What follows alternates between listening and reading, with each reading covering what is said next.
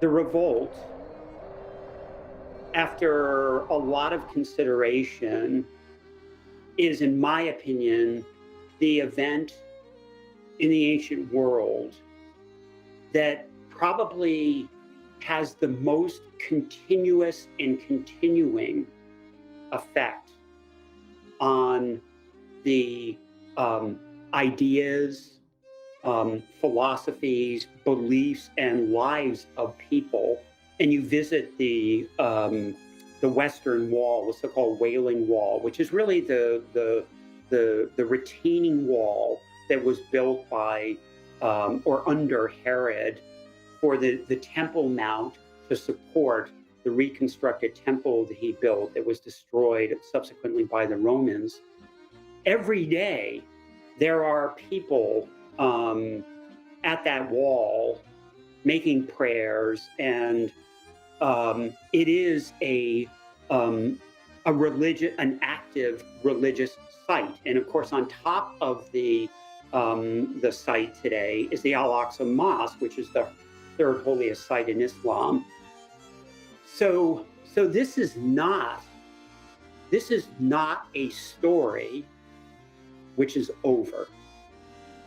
I know that I have not had the last word in this story.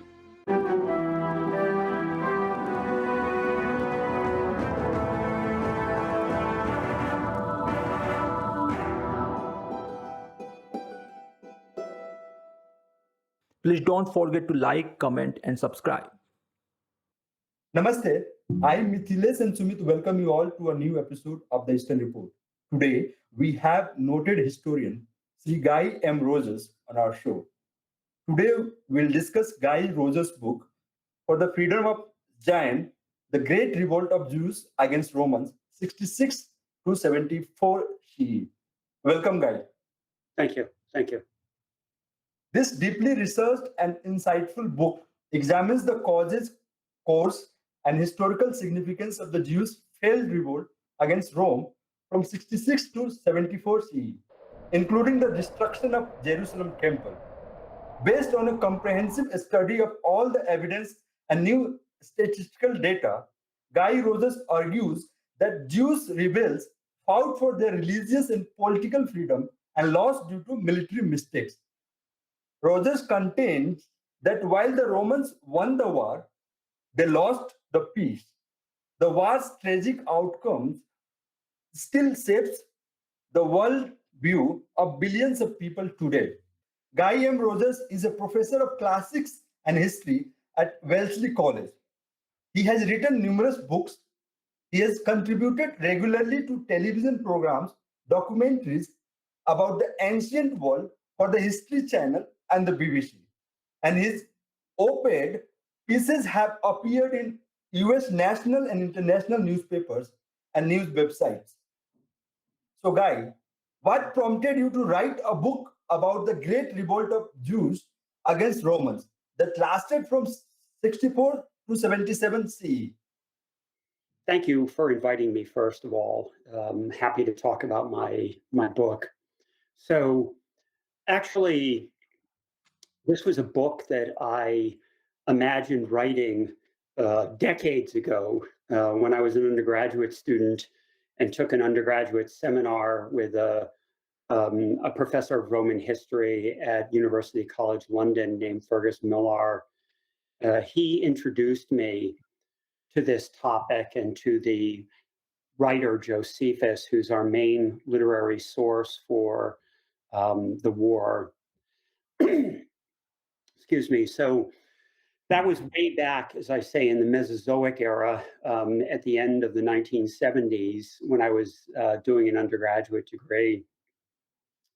But I had other research projects I was interested in.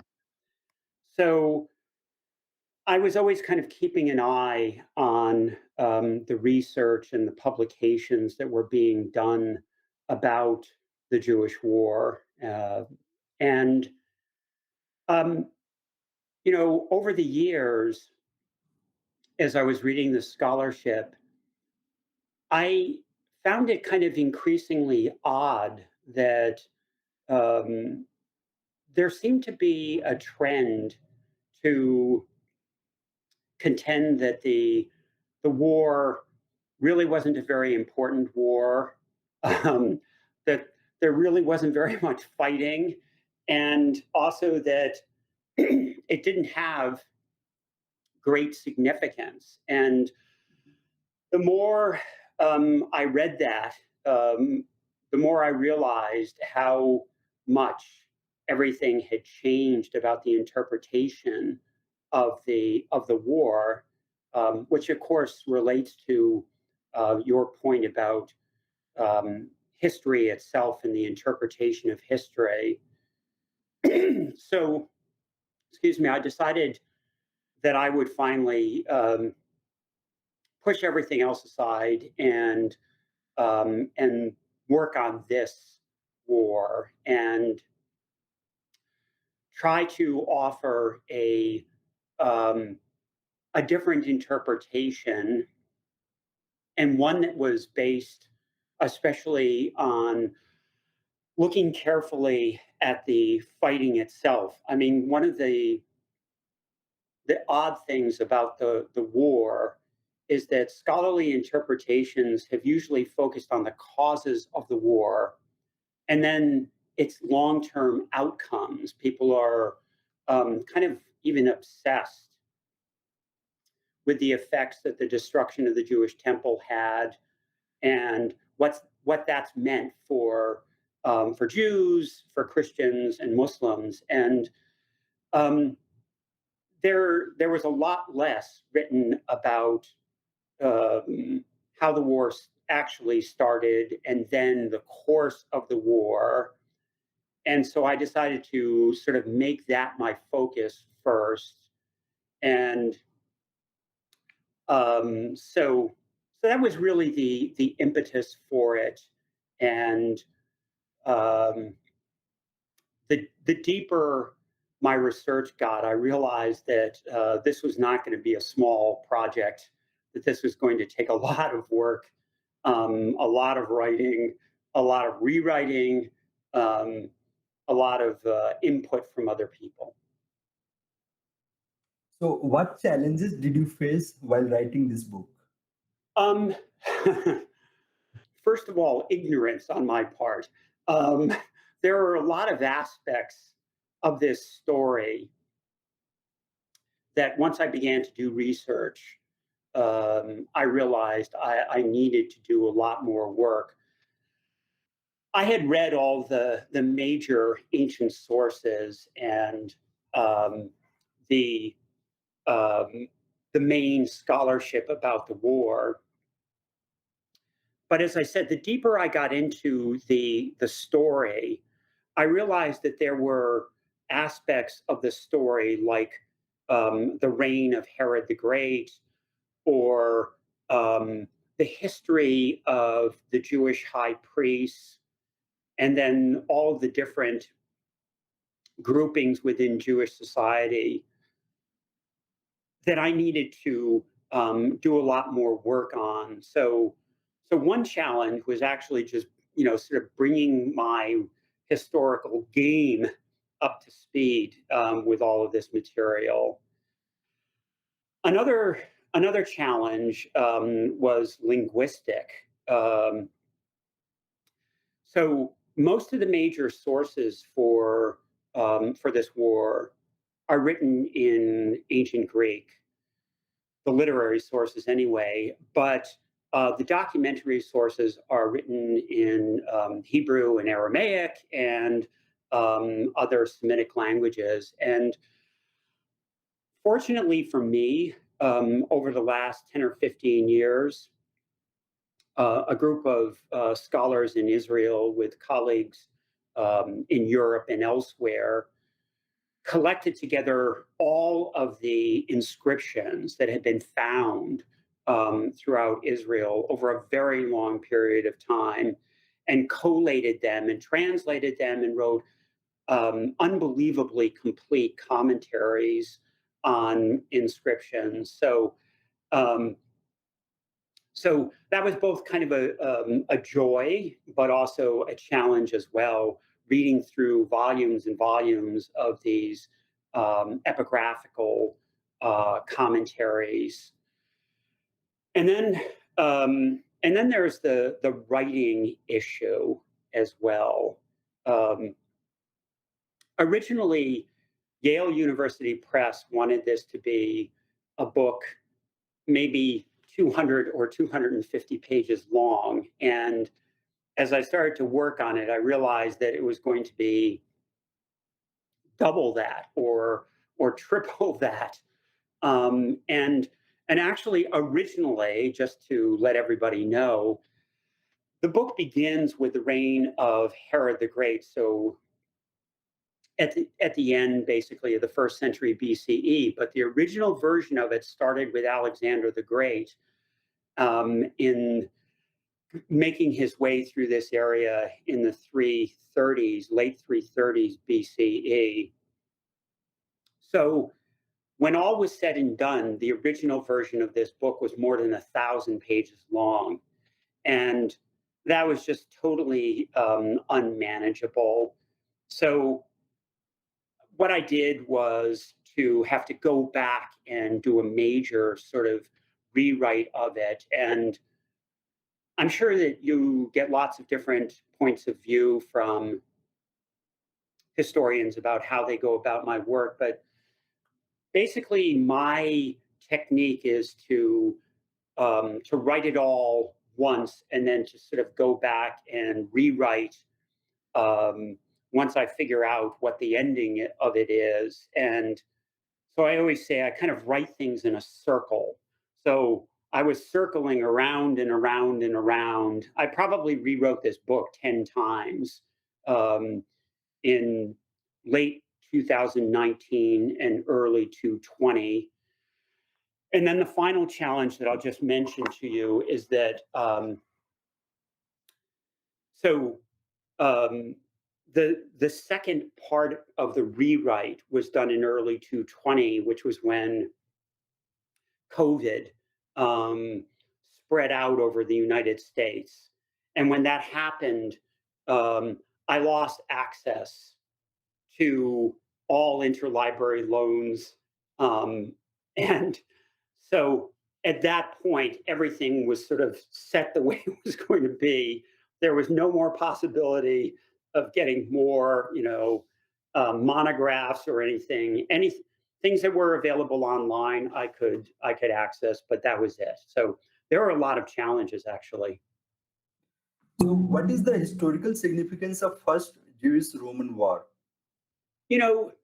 That's a question which I think can be answered by saying a few words about the way that I introduce my courses to my students. The first of which is to say that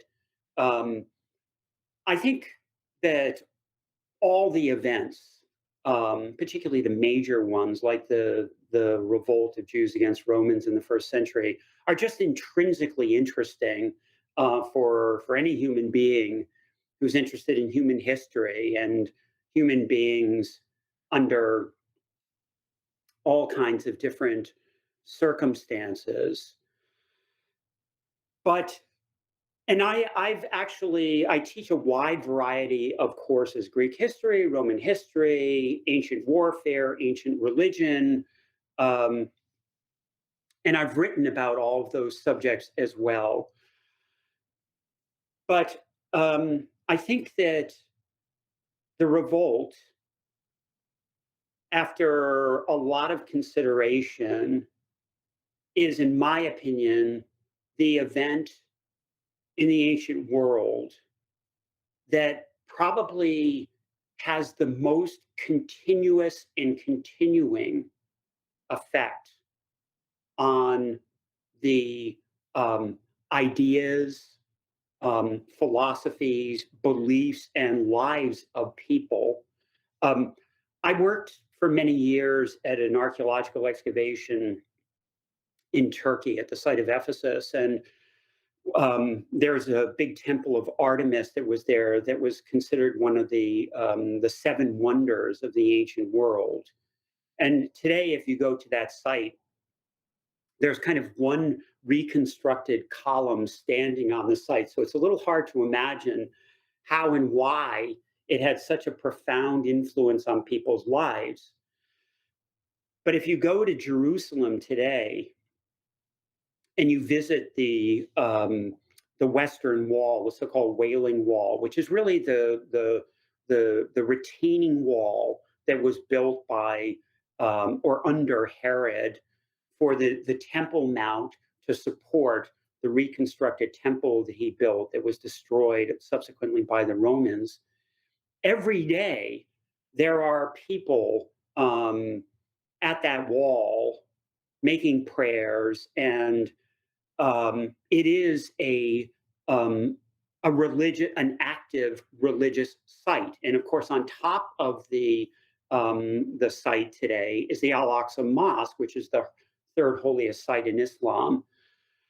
So this is not a story which is over. I know that I have not had the last word in this story. So from a historian's point of view, the fact that I'm telling a story about how something happened that people are still so engaged with and care about so deeply is, on the one hand, fantastic. On the other hand, a little bit scary, because to put it mildly, there are sort of major disagreements about almost every aspect of the story that I tell. And the day that I decided that this was no longer going to be something that I was just interested in, but I was going to, have my go at it, I knew that the day this book was published, which was in America, the 4th of January, from that day forward, I was going to have a big target on me. Hopefully a scholarly target, hopefully a polite and generous target, but still, nevertheless, because of the significance of the destruction of the temple and the interpretations of the outcome of the war, I really think that this is the event that resonates with the largest number of people alive today from the ancient world. So, at that point of time, the economic and social conditions were not really that great. So, how did it contribute to the event? That's a really good question, because given everything that I've said about the significance of this event for so many people, if you go back and read the scholarship about the war from the middle of the 20th century to today, so over 70 years, there have been different kind of trends of scholarship, one of which was really about a social and economic interpretation of the outbreak of the war. And I try to deal with that in the book.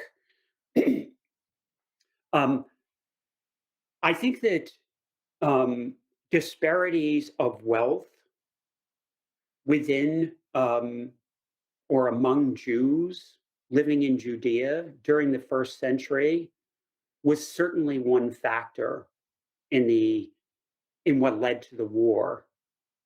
I mean, the way that I sort of present the causes of the war is to ask readers to think about how we get from a situation where the vast majority of Jews living in this area, while they may not have liked the Romans, nevertheless were sort of getting on with their lives.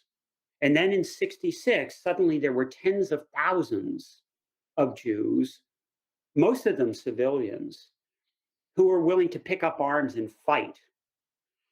So some of those people, of course, had religious reservations about the Romans. Some of them, what we would call political reservations. But in fact, some of them may have been upset about economic changes as well. So going back to 6 CE, which is when the Romans first started to send out these governors called prefects, the Romans did a census of the territory, so that they could impose a kind of a tax on people. And there was almost in 6 a big revolt. It was kind of quashed by a Roman governor in Syria who came down with a force, and then the local authorities. So the economic issue was there the entire time. And there are also social tensions within Judean society as well. Herod was kind of an outsider and was not popular with some of the most prominent, oldest groupings and people who were members of priestly families.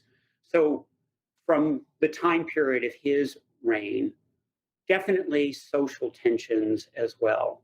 They were factors. So can we connect the events in Jerusalem to the political scenario in Rome at that point of time? And any connection to the Great Fire of Rome in 64? Definitely. So until the Great Fire, I think that the Roman Emperor Nero was having a now I wouldn't say an easy time balancing the requirements of empire and ruling over a bunch of overseas provinces, and then also taking care of domestic concerns, particularly within the city of Rome. The population of Rome, which had come to expect entertainments and subsidization, or at least guaranteeing of the food supply. But after the Great Fire and the devastation that it brought, Nero was short of cash, of resources. And we know that not only in Judea, but elsewhere, that a kind of squeeze was put on provincials. It wasn't just the Jews, it was other people as well. But the Jews had a temple which functioned as a sort of intake center, both for agricultural products and animals for sacrifice, but also, of course, coinage. It had a treasury. So there was a lot of money in the associated with the temple. And the Roman governors there, like Gessius Florus, were put under a lot of pressure by Nero to make sure that the flow of tribute was continuous, and that as many sources of revenue that could be tapped would be. So it wasn't an accident, as it were, that within a few years after 64, that's when the revolt broke out. If you look at the history of this place being supervised by these Roman governors, first prefects and then procurators, over roughly a 60-year period, at different times over that 60 years, there were riots and kind of messianic movements and things which could have led to an earlier revolt, but everything sort of came into um, a perfect focus after 64, and people made decisions in the aftermath of what happened in Rome and in Judea, and it got to the point of no return, as it were. So, do you see uh, like revolt which broke out in other parts of the Roman Empire at that point of time? Because I'm sure, I mean, they also probably tried to loot those provinces of the resources as well. There aren't any that are exactly contemporaneous, and there were some uprisings periodically during the first century, um, but this was by far the largest one, and also the most sustained. I mean, one of the differences I think between my book and some more recent scholarship is that um, some scholars have tried, in some sense, to disassociate the first 4 years of the war, so the outbreak of the war in the spring of '66, leading up to the destruction of the temple in the late summer of '70, with then events which come later, like '73, '74, and the brief siege and then capture of Masada, and then unrest in Libya and Egypt.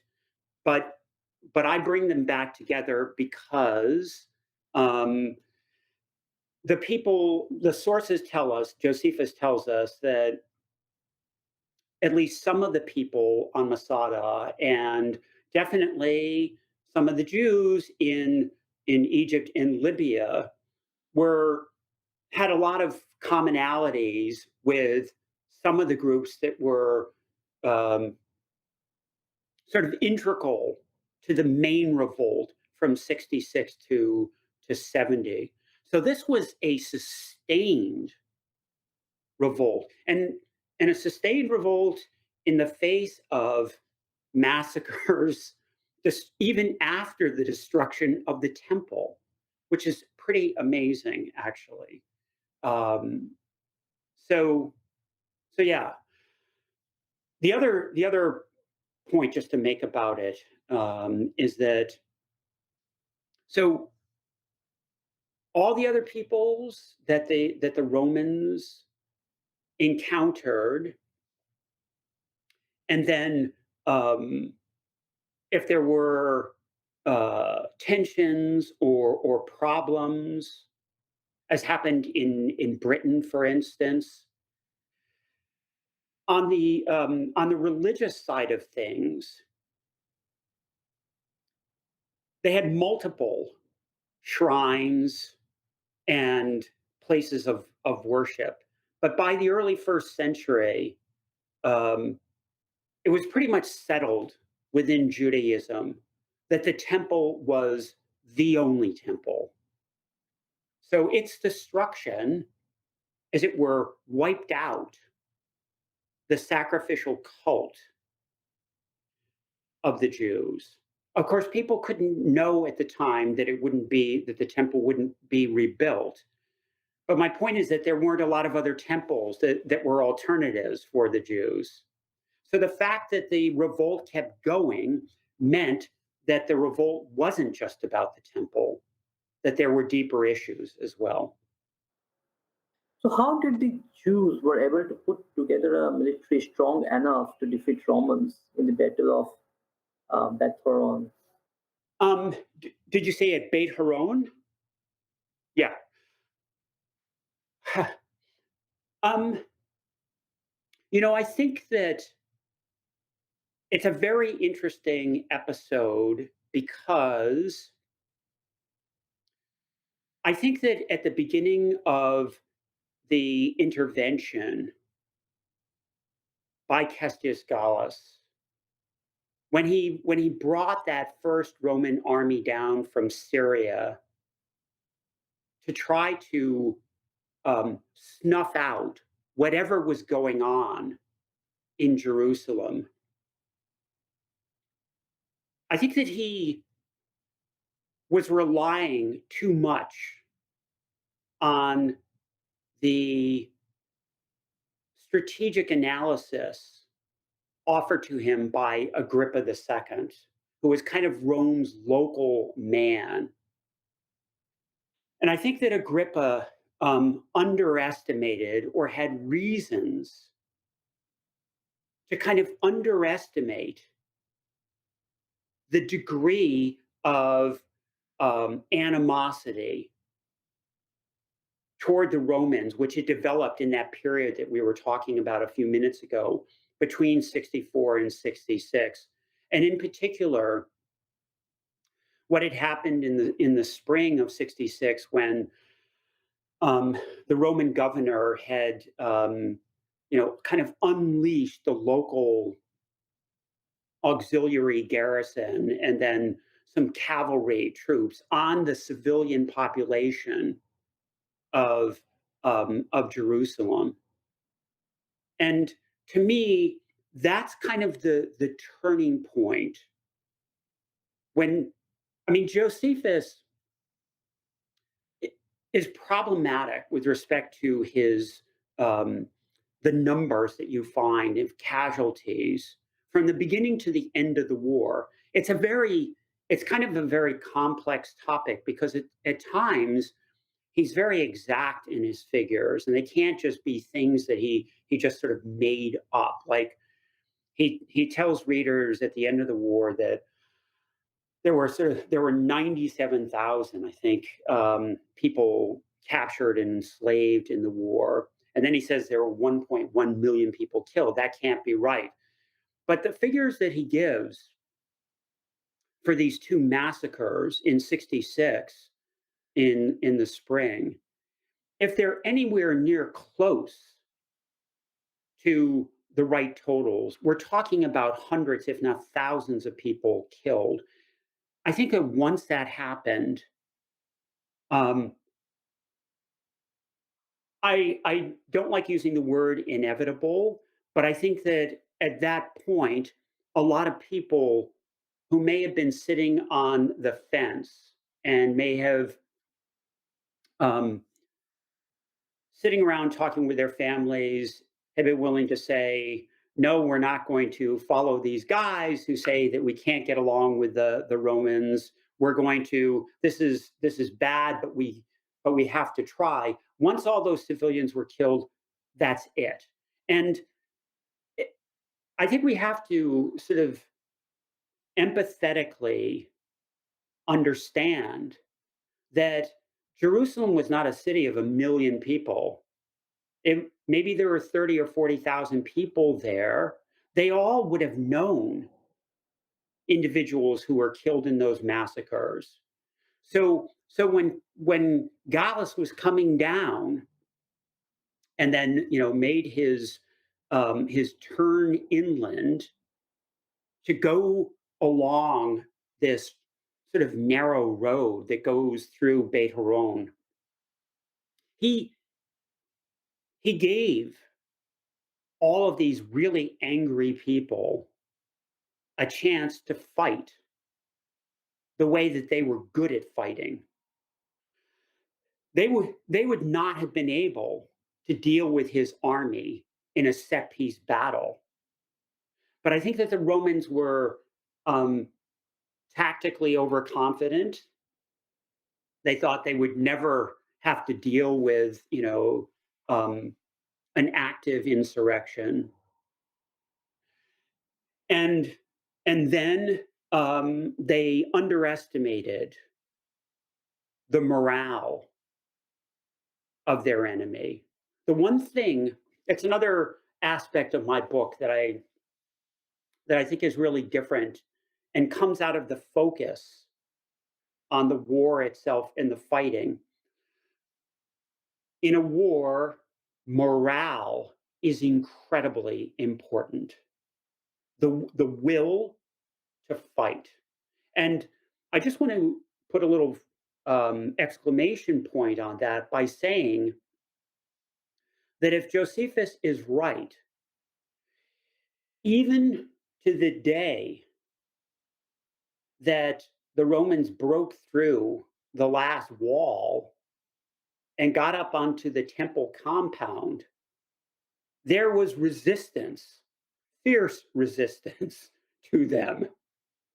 So, you know, the morale was still there. They didn't think that they had been defeated because of their beliefs.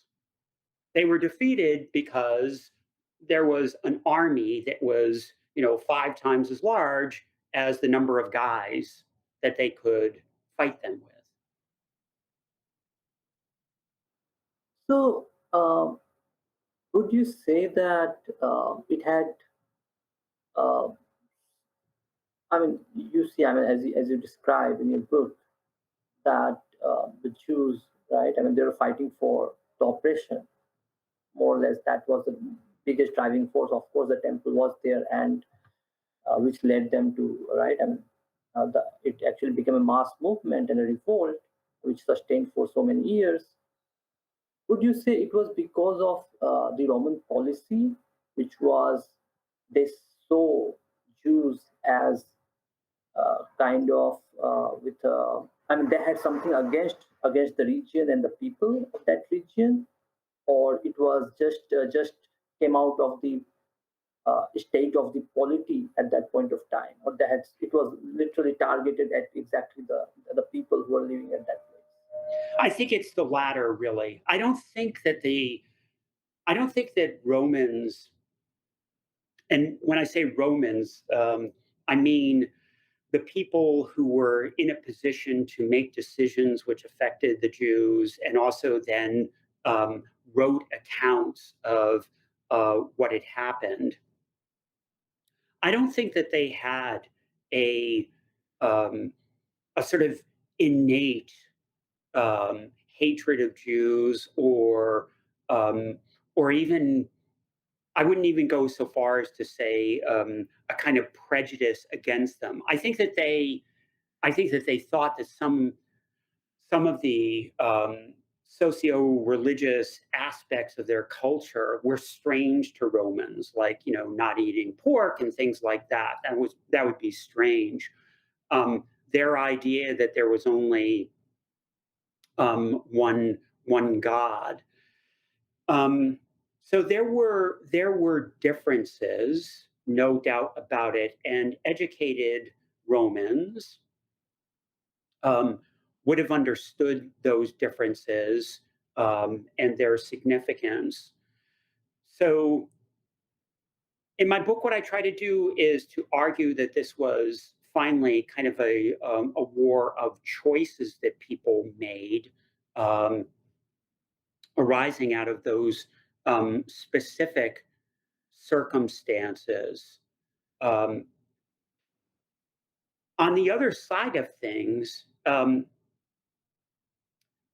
something that I try to draw people's attention to kind of late in the story of what went on in Jerusalem, Josephus cites several instances where Jewish defenders, kind of at the last wall, when they were defending the last wall, um, were yelling down at Roman soldiers that they didn't care if they died because they knew that they would be free under their God.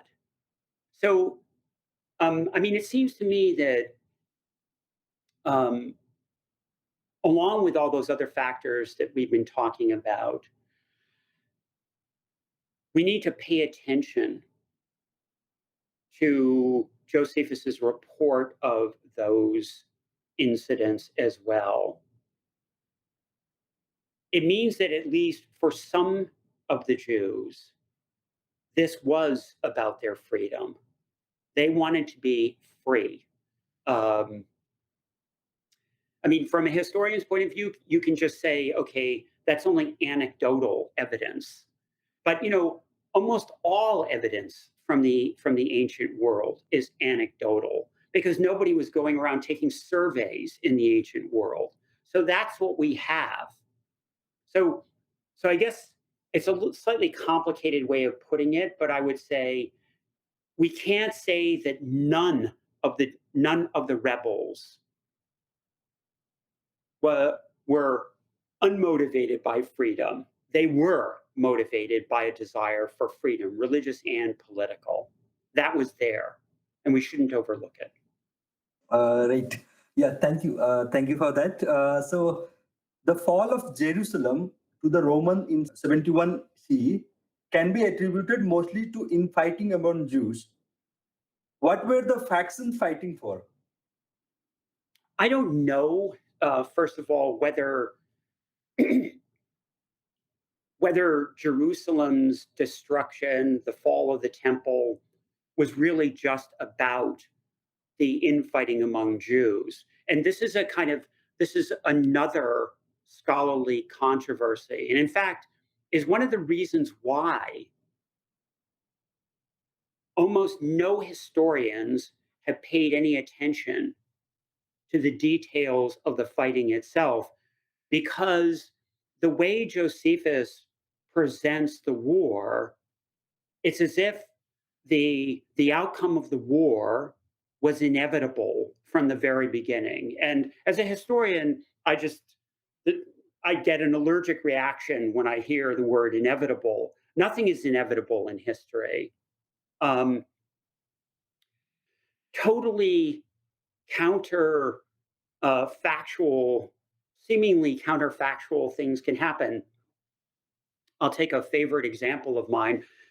You know, um, my guy Alexander the Great and his Greco-Macedonian army conquered the Persian Empire with an army of between, say, 35 and 45,000 soldiers, and he did it in a 7-year period. It took the Persians almost 200 years to create this vast empire from basically really from Europe across the Bosphorus to the Indus River. And Alexander knocked it over in 7 years. In warfare, anything can happen, anything. So it's the reason why I try to be so careful with my descriptions of the fighting. All of that said, of course, the resources that the Romans could bring to bear against the Jews dwarfed the resources of the Jews. So I think that the really interesting question about the outcome of the fighting is not whether the Jews could have won or not, although in my book I talk about a different strategy that they could have used. That's not the most interesting question. The most interesting question is, why were the Romans willing to expend such enormous resources to squash a revolt of these people?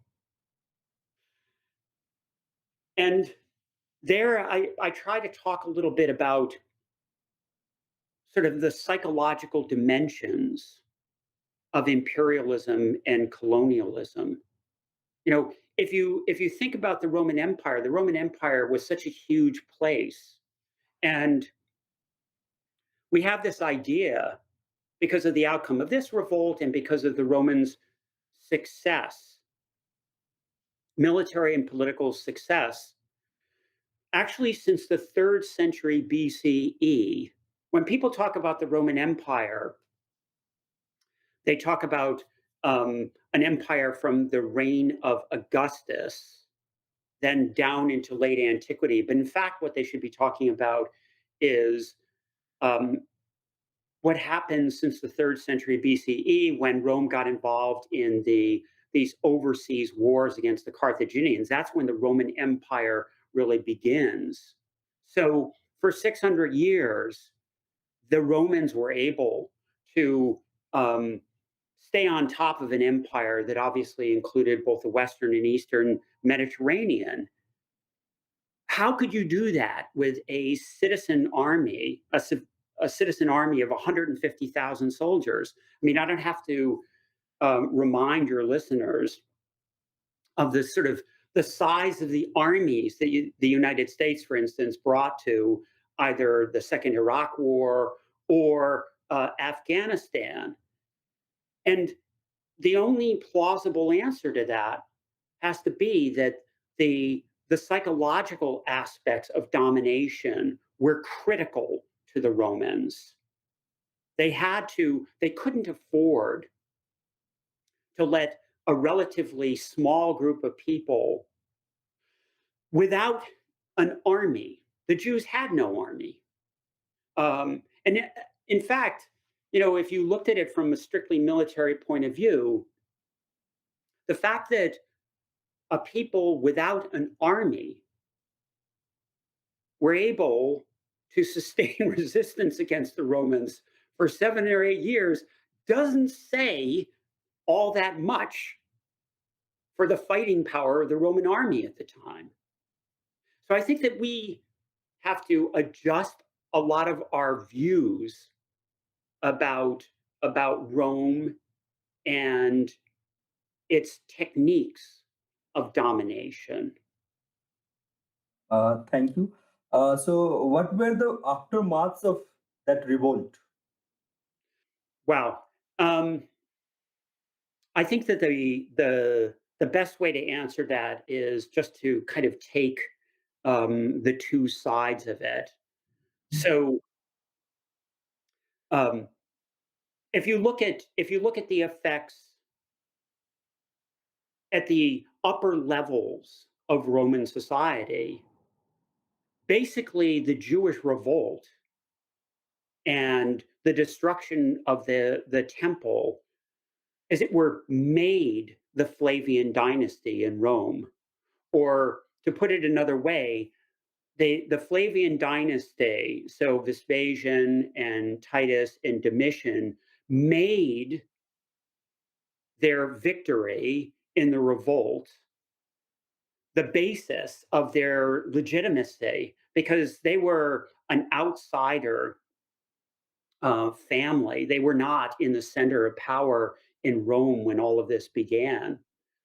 Um, so, and that led, of course, within Rome, as I point out, to the construction of various monuments, which were there to remind people, in perpetuity, of the justification for their rule. When I was in graduate school, there was a professor who always used to say, um, "Say things in stone. Say it in stone." If you're Vespasian or Titus or Domitian, put up monuments, put inscriptions on them. Those are a lot harder to contend with than somebody reading Josephus and saying, "No, that's not what happened." Um, so for the Flavian dynasty, this was a bonanza. For the Jews, this is it's a very complex topic, and this is one of those topics that I was alluding to before when I said that this war is not over, as it were. Of course, the temple was destroyed, and it is never a third temple hasn't been built, or the second temple hasn't been rebuilt. So heretofore, the sacrificial cult of the Jews um, doesn't exist anymore. As a kind of historian's scholarly footnote, it's really important also to consider the ways in which that sacrificial cult operated within Judaism. During the big festival times, it was kind of the temple was the magnet, bringing people to Judaism, bringing people to Jerusalem. and as it were, solidifying the identity of Jews. So this was a major blow, a major blow. But as I argue in my book, it wasn't the knockout punch that I think that Vespasian and other Romans thought it was, because in fact, behind the temple, as it were, there was something which was even more central to the identity of all the different Jewish groups. And that was this book, this text, which made the Jews, especially the Jews in Judea, unique within the Roman Empire. The seminar that I was talking about as launching my original interest in this topic was taught by this very famous Roman historian, Fergus Millar, to whom this book is dedicated. And long ago, decades ago, he said that the Jews were the only people that the Romans encountered who had a book in their own language, which was simultaneously, of course, a theological text, but also kind of a history, a national history as well. The destruction of the temple did not touch that book, as it were. It survived that.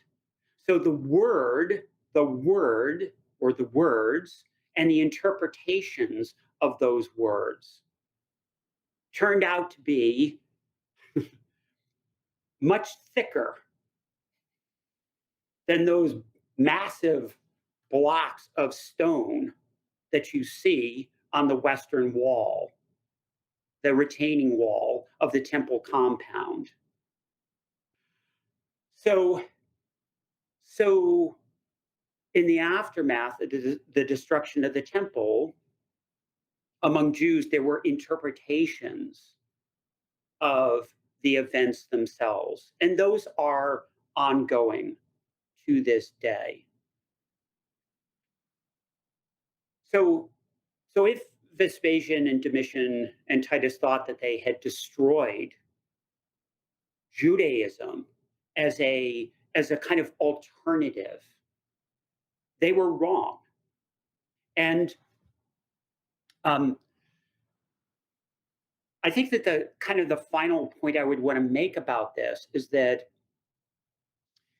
if you think about the relationship between the world in which all these events happened and our world, the Jews living in that world were the people who had developed this unique form of monotheism. Arguably, there were other ideas about monotheism in that world. But the Jews were the ones who developed this idea of what I would call ethical monotheism, meaning that there are requirements that a deity makes of a people, and then ethical requirements among those people, things that they owe to each other. Roman ideas about how to treat each other are intrinsically interesting, and scholars like me write about them, but there aren't a lot of Stoics out there right now, for instance. But there are billions of people on the face of the earth that are ethical monotheists who still are part of this movement, which these people thought was embodied in their texts. So That's what I mean by the Jews winning the peace. So the events described in the book became crucial in the development of Rabbinic Judaism. Yes. In what other ways did the circumstances impact the religion? So the most important way for longer term history is that in the aftermath of the destruction of the temple, the Romans essentially made this area the focus of the revolt in Jerusalem, in Judea, into an official Roman province with a new kind of governor, and they stationed full-time Roman legionaries there. And the legionaries who served there, at the end of their time of service, many of them retired to towns and cities like Caesarea. So this became a militarized area of the Roman Empire. The Romans kind of decided that's it. To this point in time, they had tried to make do with ruling with and through local officials with a relatively small number of Roman auxiliary soldiers there. After this, it becomes a militarized zone. So that's a major change. Not all Jews were kicked out of Judea, but definitely there is a transformation of the population in this area as well. So, what are the projects you are currently working on? Good question. So I'm just starting working on a book about two well-known republics, the Roman Republic and the American Republic. Sort of something completely different and new for me, a kind of comparative study of the philosophical underpinnings and then history of the Roman res publica